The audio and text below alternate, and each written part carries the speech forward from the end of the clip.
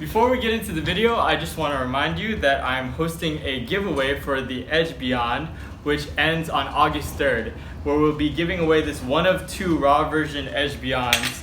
And we're not actually running the raw version in the final production, so this is your only chance to get one. We only have 3 people entered in the contest right now, so if you want to enter, your chances are pretty good. You can go to evannagal.com, and to enter you have to make a purchase of $20 or more, which is perfect because we just got in these sick Edge Nation shirts, as well as we got in some the Edge shirts, hats, and hoodies. So if you're interested, the link will be in the description for my website, evannagal.com. Go ahead and over and check it out. So with that, guys, let's get into the video. What's up, everybody? So if you're new to yo-yoing or you're new to my channel, my name is Evan Nagal, and I'm the 2017/2018 US National Yo-Yo Champion.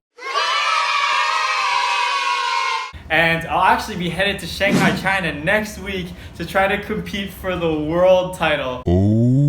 Yeah. But anyways, to get back to the main topic of today's video, after I won nationals this year, everybody started asking me, like, Evan, how did you practice to win? How did you prepare? So I thought it would be really funny to make this video today about the 5 strangest things that I do to prepare for a yo-yo contest. So with that, anyways, guys, let's get into the video. So starting with number 1 and going in descending order from least strange to most strange thing that I do on the day of the yo-yo contest, I would have to say the first thing is I actually like to ding my yo-yo. What? If you don't know what dinging your yo-yo is, it's basically when you hit it on the ground, and oftentimes it can cause a sort of vibe, or it can even kind of scratch the yo-yo and make it really look bad. But in my case, probably a bunch of people are going to hate me for this, but I have to play with the yo-yo with a little bit of vibe when I'm on stage. And the reason for this is because it helps me tell how fast the yo-yo is spinning. Why you always lying? And when I can tell how fast the yo-yo is spinning, I know how hard to bind or how hard to bring the yo-yo back up. And if you don't know that, sometimes your yo-yo will actually snag. And so when you throw it down again, it will actually not spin at all. So that's number 1 on the list. I like to ding my yo-yos before I go on stage. Not hard, just enough so that I can get a little feel for the yo-yo. So number 2 on the list is I actually like to eat a foot-long Subway sandwich every time before I compete. And the reason why this is strange is because there's a very specific way I like to make the sandwich before I go on. It has to be a foot-long wheat bread, Italian BMT, loaded with veggies, with tons of mayo and mustard. Is mayonnaise an instrument? No, Patrick, mayonnaise is not an instrument.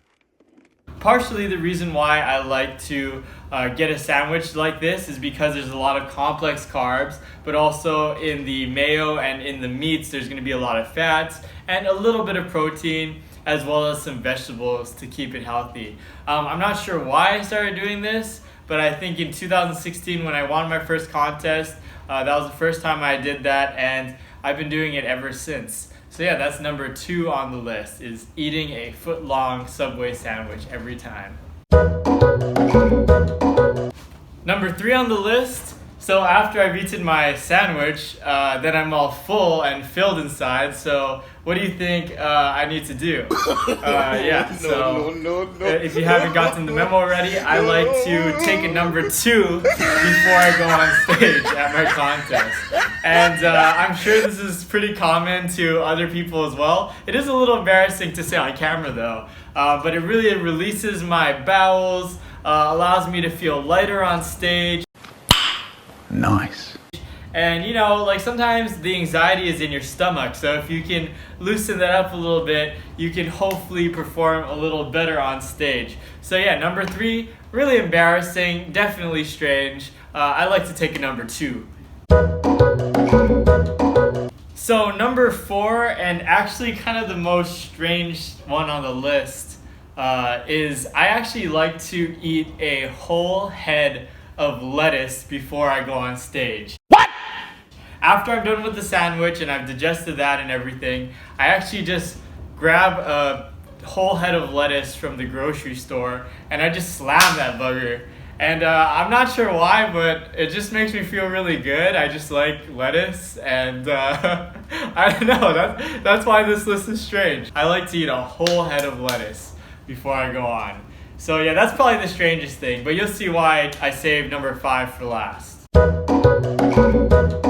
Finally, number 5, and it's not the strangest thing, but I think it'll be the most useful, so I think you guys will like this one, is before I go on stage, I do what's called Wim Hof breathing. And it's a specific breathing technique where you get into a relaxed position, you breathe into your belly about 30 times, and exhale without actually pushing the air out. You kind of just let it come out.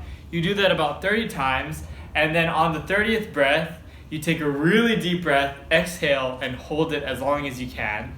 And then you take another deep inhalation and hold that for about 15 seconds. And you do this about 3 times. I'll link in the description or somewhere to the actual video where I learned how this technique works. But this technique is really, really powerful.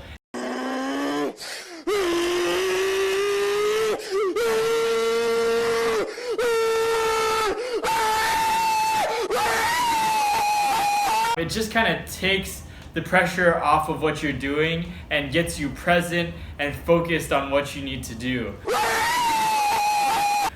So although it's not the strangest thing that I do, I think that it's definitely the most useful. So if you guys have situations, maybe it's a yo-yo contest or something else where you have a pressure situation, I definitely suggest giving the Wim Hof breathing method a try. So anyways, with that guys, those were the 5 strangest things that I like to do on the day of a contest to prepare. If you like this type of video that I'm releasing right now, please leave a like and a comment below telling me that you like this kind of content, just so that I know whether or not to release more of it. And if you didn't like the content, leave a comment letting me know what kind of stuff you'd be interested in. Also on my website, I will be releasing full advice to what I recommend to do at a contest, not just the strange things, but the real nuanced version of how I prepare to bring my best game to the contest that day. So anyways guys, with that, I love your faces, keep on being strange, see ya.